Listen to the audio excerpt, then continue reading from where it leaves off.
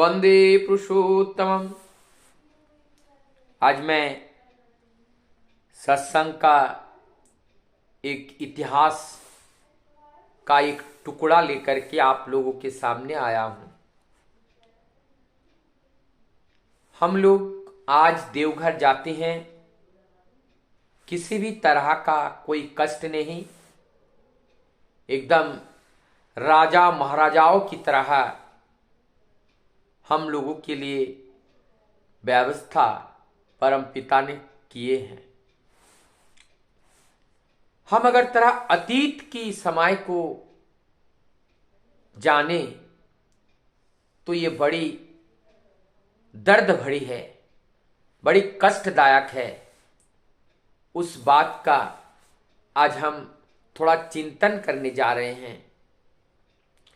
कल्पना कीजिए, परमदयाल सिंह ठाकुर 1946 2 सितंबर, जहां पे आज ठाकुरबाड़ी है, ठाकुर जी वहां पहुंचे।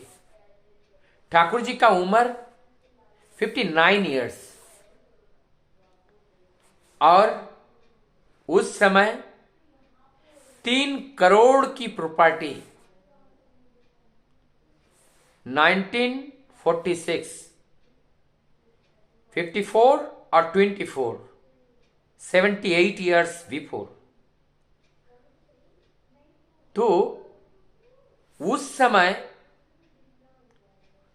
ठाकुर जी का जो प्रॉपर्टी 3 करोड़, उस समय सोने का जो मूल्य है, यदि आकलन करें 10 ग्राम सोना 5-6 रुपया का था, 10 ग्राम सोना।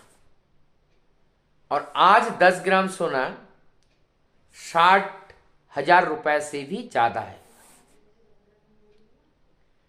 तो उस समय का 3 करोड़ कितने रुपए का प्रॉपर्टी होगा। और वो अपने स्वयं स्वनिर्मित अपने हाथों से सब निर्माण किया। वहां पर बहुत सारे कुटीर उद्योग के लिए विज्ञान केंद्र का निर्माण किया, मातृ मंदिर का निर्माण किया, रसायन केंद्र का निर्माण किया, वर्कशॉप का निर्माण हुआ, प्रेस का निर्माण हुआ, बिजली उत्पादन के लिए निर्माण हुआ। ऐसे सभी चीज वहां पे निर्माण किया गया। लेकिन समय और प्रकृति का जो पुकार है, इससे कोई नकार नहीं सकते हैं। और लीला जो प्रभु करते हैं, वो ऑलरेडी उस लीला को करने के लिए वो आए हैं, हम लोगों को दिखाने के लिए। तो इतनी बड़ी संपत्ति को छोड़ने के बाद और इस उम्र में, उम्र के जो पड़ाव हैं, इस पड़ाव में आज हम क्या कल्पना कर सकते हैं। 60 साल की उम्र में हम क्या कल्पना कर सकते हैं कि हम अपने जीवन में क्या दोबारा कोई और अंबर खड़ा कर सकते हैं। लेकिन ये परम पिता है, ये जगत के सृष्टा है और दृष्टा पुरुष है, ये ज्ञाता है, ये त्रिकालदर्शी है। आज देवघर, जहां अपने रहने के लिए जगह नहीं, किराए का मकान, हजारों भक्तों का भीड़, द्वितीय विश्व युद्ध की समाप्ति, भारत विभाजन, ये जो विभीषिका है, इस समय लोग बर्मा से, वर्तमान जो बांग्लादेश है वहां से, विभिन्न जगहों से लोग खाली हाथ, केवल अंडरपेन या अंगोछा पहनकर अनेक लोग ठाकुर जी के पास रोते बिलाकते आकर के उनके चरणों में गिरे। और वो पिता परमपिता कैसे बने? बाप अपने एक संतान, दो संतान को देख नहीं पाते हैं, लेकिन परमदयाल श्री ठाकुर जी ने ऐसे हजारों लाखों संतानों को रहने का, खाने का, पीने का और जीवन जीने का संपूर्ण जिम्मेदारी अपने हाथ में लेकर उनको जीवन जीने के लिए एक नया रास्ता निर्माण करके दिए। ये है परमदयाल श्री ठाकुर, जिन्होंने इस तरह का कार्य को किया। अब ये जो जगह है, ये पहले सांवताल परगना के नाम से जाने जाते थे। ये डिस्ट्रिक्ट पहले डिस्ट्रिक्ट बड़ा था और भी एक थे, फिर बाद में विभाजन हुए, सांवताल परगना के नाम से जाने जाते हैं आज, जिसको हम देवघर के नाम से जानते हैं। यहां पे सांवताल के लोग रहते, बहुत गरीब थे, लोगों को खाने पीने का बड़ा कष्ट था। कहते हैं यहां पे विश्व कवि रविंद्रनाथ टैगोर और यहां पर रामकृष्ण परमहंस देव जी यहां पे आए थे और इन लोगों को दुख कष्ट को देख करके उन्होंने बताए थे, मैं दोबारा फिर आ रहा हूं। आज वही परमदयाल श्री ठाकुर दोबारा यहां पे पहुंचे हैं और वो किराए के मकान, रहने के लिए जगह नहीं, खाने पीने पहनने के लिए कोई भी चीज नहीं, किसी भी चीज का कोई व्यवस्था नहीं। जो जगत के मालिक हैं, दुनिया का व्यवस्था देते हैं, आज स्वयं वो दिगंबर बन गए, उनके पास कोई व्यवस्था नहीं है।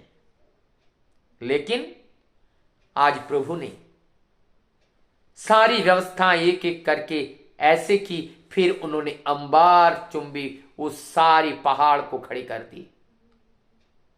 अपने प्रगति के, अपने जीवनचर्या दिनचर्या की सारी आवश्यकताओं की चीजों को एक एक करके सब कुछ वहां पे उपलब्ध करा दिया और एक पुनः एक आश्रम का निर्माण किया, जिसको श्रम करके निर्माण किया और वहां जाकर के आज हम लोग तृप्ति पाते हैं, शांति पाते हैं, समृद्धि होते हैं, प्रेरणा पाते हैं।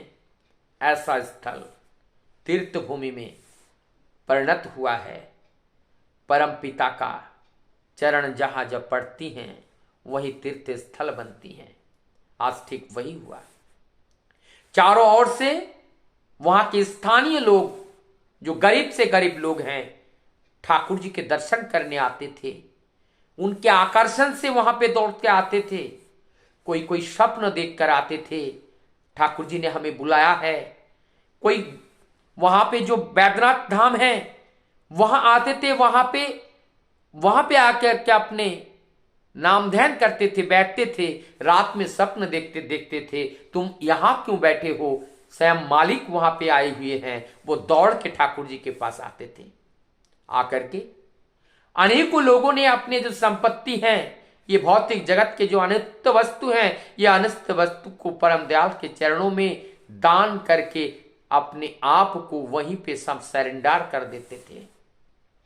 यही सारे परिस्थितियों को देखकर और ठाकुर जी की धीरे धीरे लोकप्रियता बढ़ने से वहां के कुछ दुष्ट प्रकृति के जो लोग के मन में एक गलत भावना उत्पन्न हो गए और उन्होंने सोचा किस तरह से ठाकुर जी को ध्वस्त किया जाए और यहां से इस आश्रम को हटाया जाए और उस दुष्ट चक्र रचने वाले और उस दुष्ट चक्र को चला करके इस आश्रम को ध्वस्त करने के लिए अनेकों लोगों ने प्रयास किया, लेकिन सत्य को कौन मिटा सकता है।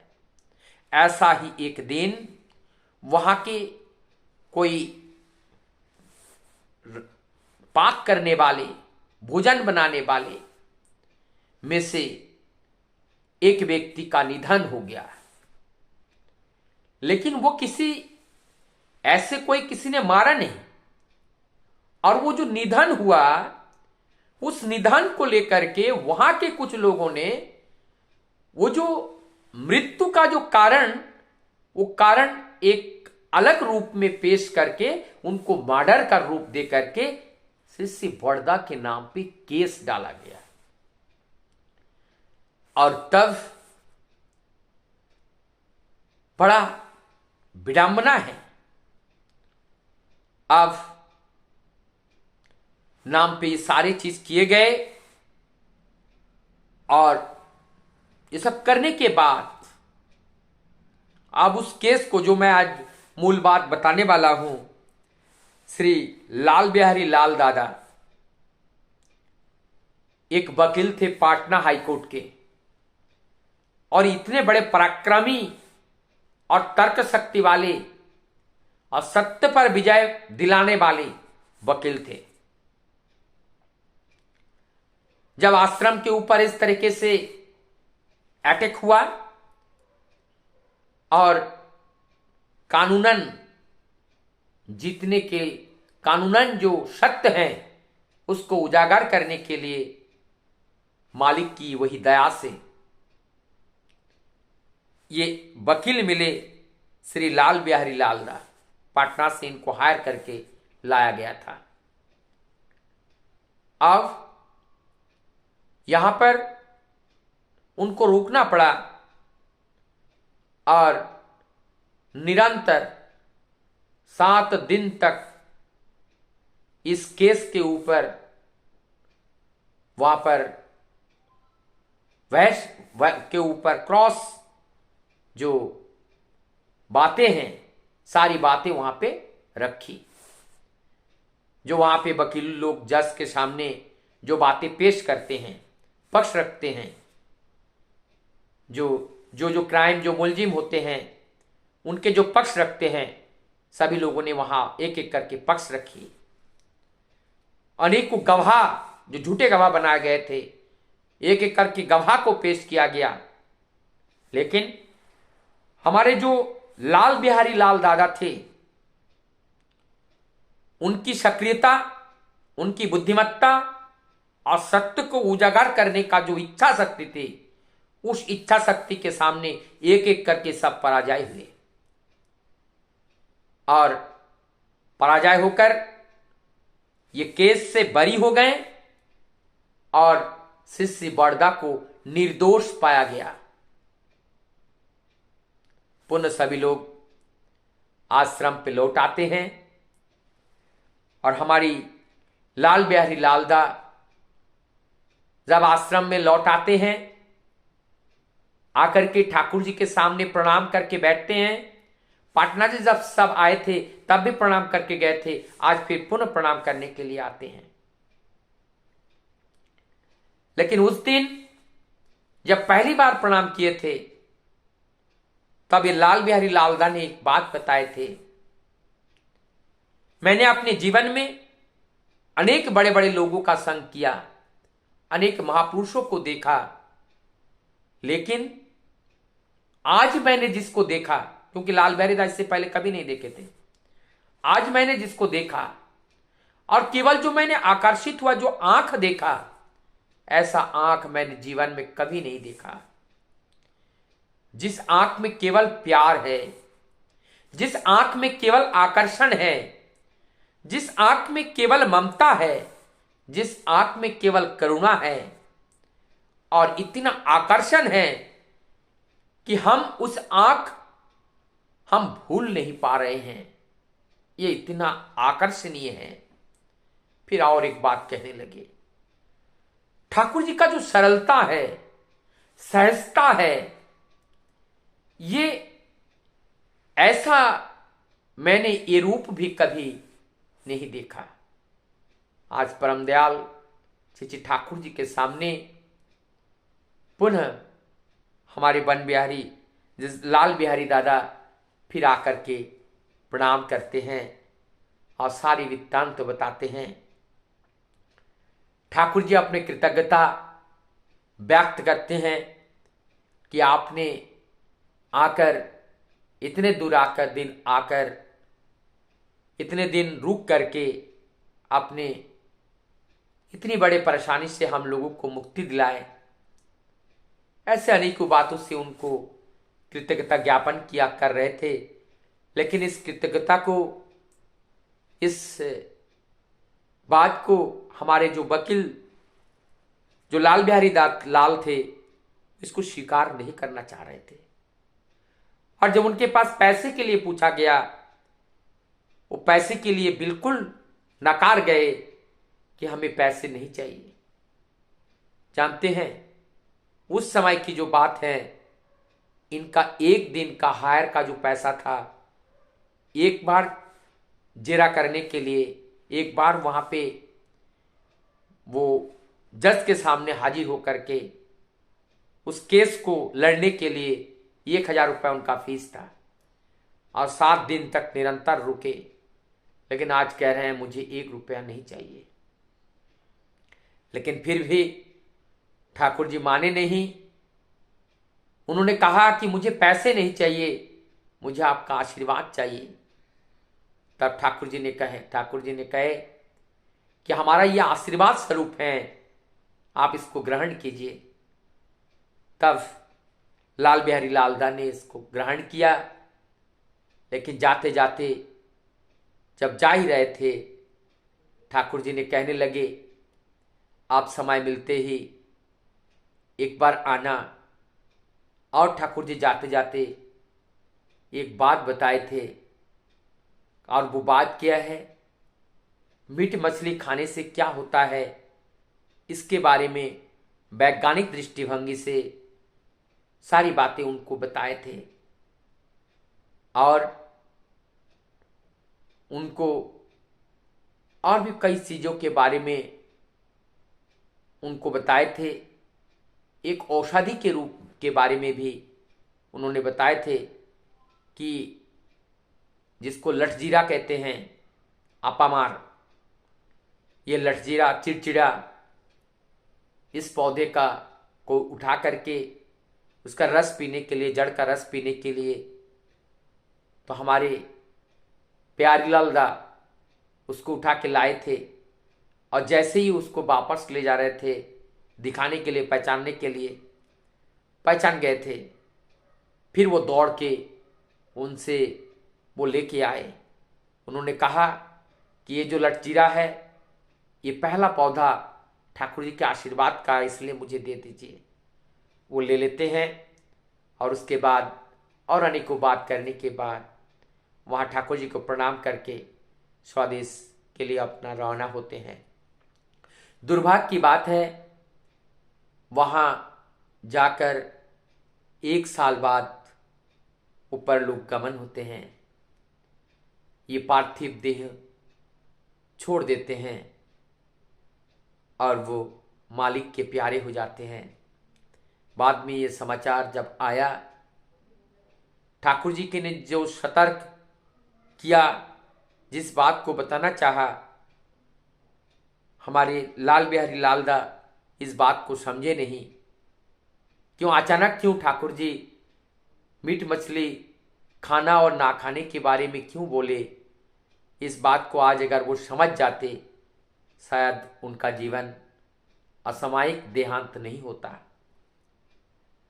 और इस तरह से परमपिता निरंतर हम लोगों को बचाने के लिए एक राह, एक दिशा सांकेतिक रूप से सही देते रहते हैं, आज भी दे रहे हैं। लेकिन उनका संकेत को समझने के लिए उनके जो घेरा है, उस घेरा के अंदर हमें रहना पड़ेगा। तब हम उनके जो पुकार हैं, उस पुकार को हम समझ पाते हैं। सबकी मंगल प्रार्थना मैं परम दयाल के चरणों में करता हुआ अपनी बात को यहीं विराम देता हूँ। जय गुरु।